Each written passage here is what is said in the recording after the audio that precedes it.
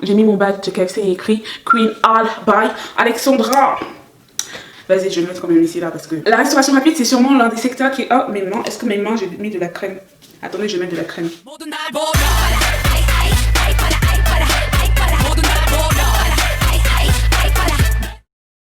Bonjour, en fin juin 2016, je signais mon premier CDI en tant qu'équipière polyvalente chez McDonald's et un mois plus tard, je me faisais virer.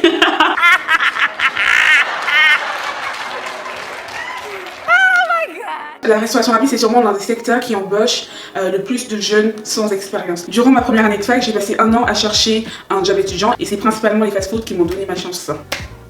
Bon, après mon premier échec chez McDonald's, je me suis tournée vers KFC. Vous savez, l'huile, la friture, le poulet, hein. Vous avez 10 secondes pour faire votre blague et on passe à autre chose. 10. Et au début, j'étais très nulle. Hein.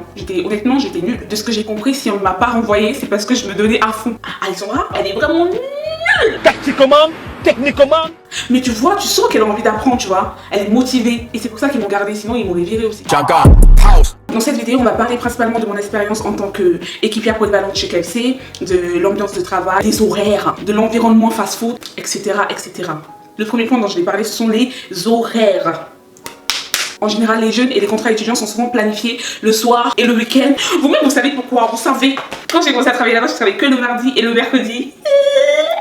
Et devinez qui a changé son contrat pour travailler le week-end? C'est Bouffon. Pourquoi j'ai fait ça? Je ne sais pas. Je ne sais vraiment pas pourquoi j'ai fait ça. En règle générale, ne donnez pas trop de disponibilité, sinon tôt ou tard, vous allez vous faire exploiter. Alors Alexandra, j'ai vu que tu étais off aujourd'hui, mais j'ai vraiment besoin de toi. Est-ce que je peux être là ce soir? Genre tu fais 18-22, s'il te plaît.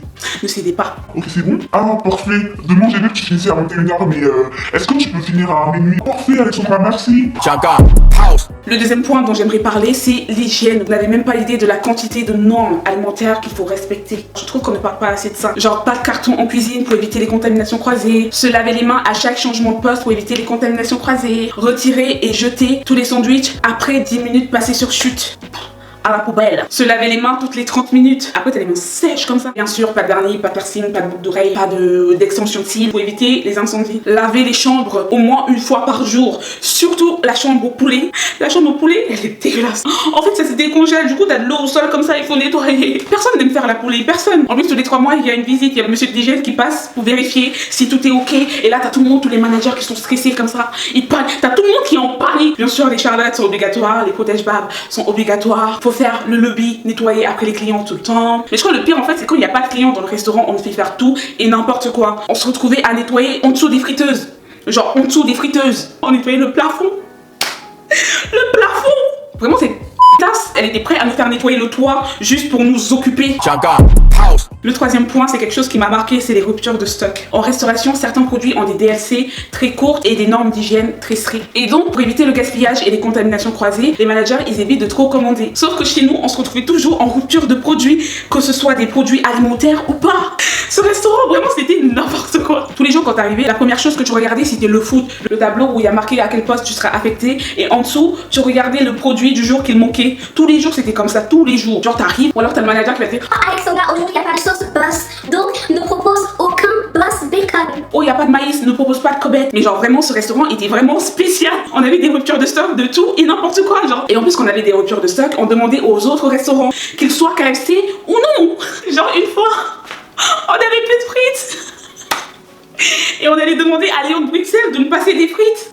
Qui fait ça? Mais je crois qu'on a déjà été en rupture de tout. De paille, de serviettes, de sauce, de frites, de poulet. Genre, il n'y avait plus de poulet. Il n'y avait plus de poulet dans un KFC. Ouais, j'ai commencé, on était là, on vendait rien. Il y a des jours où il n'y avait pas de lumière. Il n'y avait pas de lumière. C'est le bonsoir. Toujours, on est dans le noir. Sarah, ça va? On est resté là pendant 15 minutes, il n'y avait pas de lumière.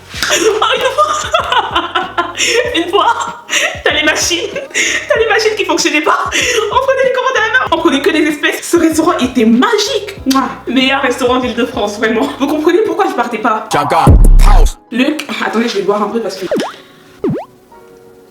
le 4e point dont j'aimerais parler, ce sont les rushs. Les rushs, en fait, ce sont des périodes de forte intensité où l'activité du restaurant est à son max. Ça peut durer 2 heures comme ça peut durer 4 heures. Pendant ce temps-là, tout le monde est speed. Même les personnes lentes deviennent speed. Tout le monde court. C'est là que le fast-food prend tout son sombré quand vous venez manger à 19h tous au même moment là. Et qu'après vous attendez 20 minutes pour avoir vos commandes. Ou alors au drive, vous faites des queues de 30 minutes. Bah c'est ça les rushs. Tout le monde est sous tension, les clients râlent, en cuisine ça crie, les managers est stressé, les gens se clashent, le comptoir il ressemble à un champ de bataille. Tellement tout le monde fait tomber n'importe quoi. Vraiment c'est la débandade. Et sans communication et sans solidarité, vous êtes dans la merde. Le 5e point, les embrouilles. Forcément, comme on est une famille, on vit en communauté, à un moment donné, il faut que ça pète. Faut que ça pète seulement. Faut que ça. La plupart du temps, les embrouilles, c'est avec les clients. Mais ça peut aussi arriver qu'avec le stress, le manque de communication, etc., les esprits s'échauffent.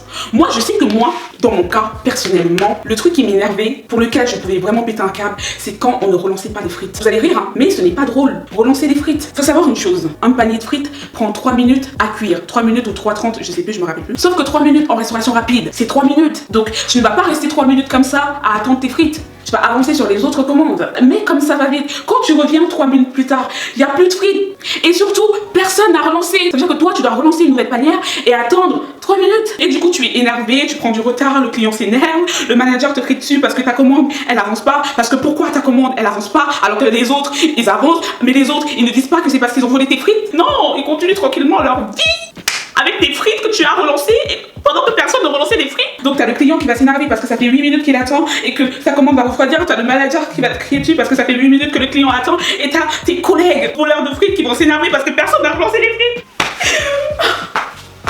Relancez vos frites. Relancez vos frites. Et enfin, le dernier point, l'ambiance de travail. S'il y a bien une raison qui m'a fait tenir 3 ans à servir des frites, c'est bel et bien à cause de l'équipe. Cœur sur vous. C'est un domaine où il y a beaucoup de turnover, dont les entrées et sorties sont assez fréquentes. Surtout que ce n'est pas un job évident pour tout le monde. Il y a bien une chose qui t'aidera à passer outre les clients désagréables, les rushs intensifs, les horaires décalés, les ruptures de stock, etc.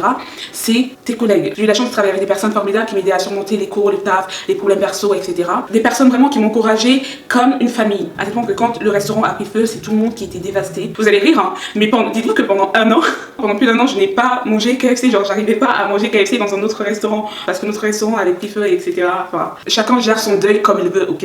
Maintenant, je peux manger KFC, hein. Mais encore une fois, je ne regrette pas, c'était une expérience. Je suis allergique au lait, qu'est-ce que tu racontes? Fais-toi soigner, hein! Ouais, je vais me faire soigner par ta mère. Garde la fraîche, pas de l'eau fraîche, mon gars!